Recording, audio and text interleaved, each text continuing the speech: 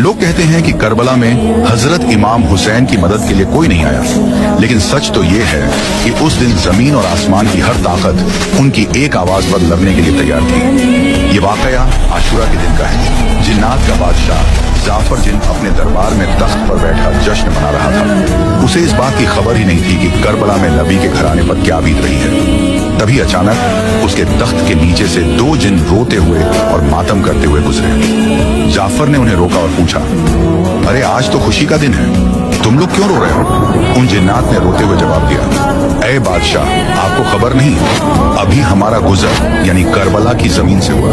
वहां हमने देखा कि रसूल अल्लाह के प्यारे नवासे हुसैन इब्ने अली खून में लथपथ है।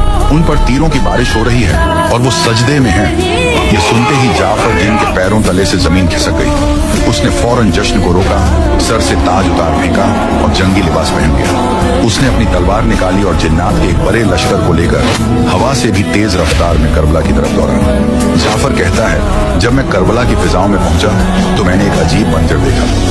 वहां सिर्फ यजीदी फौज नहीं थी, बल्कि आसमान से लेकर जमीन तक फरिश्ते, अंबिया और जिन्नात की कतारें खड़ी थी। वो सब अपनी बारी का इंतजार कर रहे थे कि इमाम हुक्म दें तो वो दुश्मनों को खत्म कर दें। भीड़ इतनी थी कि जाफर को रास्ता नहीं मिल रहा। तभी इमाम हुसैन ने नजर उठाई और पुकारा, जाफर मेरे पास आओ। जाफर जिन रोते हुए इमाम के कदमों में गिर गया और अर्ज की, आका मेरे पास जिन्नात की बहुत बड़ी फौज है, मुझे इजाजत दे, मैं पलक झपकते ही इन यजीदियों को राख कर दूंगा, इनका नामो निशान मिटा दूंगा। मगर इमाम हुसैन ने बड़े ही सुकून से फरमाया, नहीं जाफर, रुक जाओ। अगर मैं चाहूं तो एक इशारे में दुनिया पलट दूं, लेकिन मैं अपने नाना के दीन को बचाने के लिए और अपने रब की रजा के लिए ये सब्र कर रहा हूं। मुझे अपने अल्लाह की मर्जी प्यारी है। तो दोस्तों, याद रखना, करबला में इमाम हुसैन बेबस नहीं थे। कायनात की हर ताकत उनके हाथ में थी, लेकिन उन्होंने तलवार नहीं उठाई ताकि इस्लाम जिंदा रहे।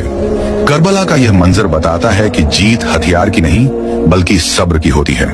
अगर आपके दिल में भी इमाम हुसैन के लिए मोहब्बत है तो कमेंट में या हुसैन जरूर लिखें, और ऐसे ही इस्लामिक वाकयात के लिए चैनल को अभी सब्सक्राइब करें।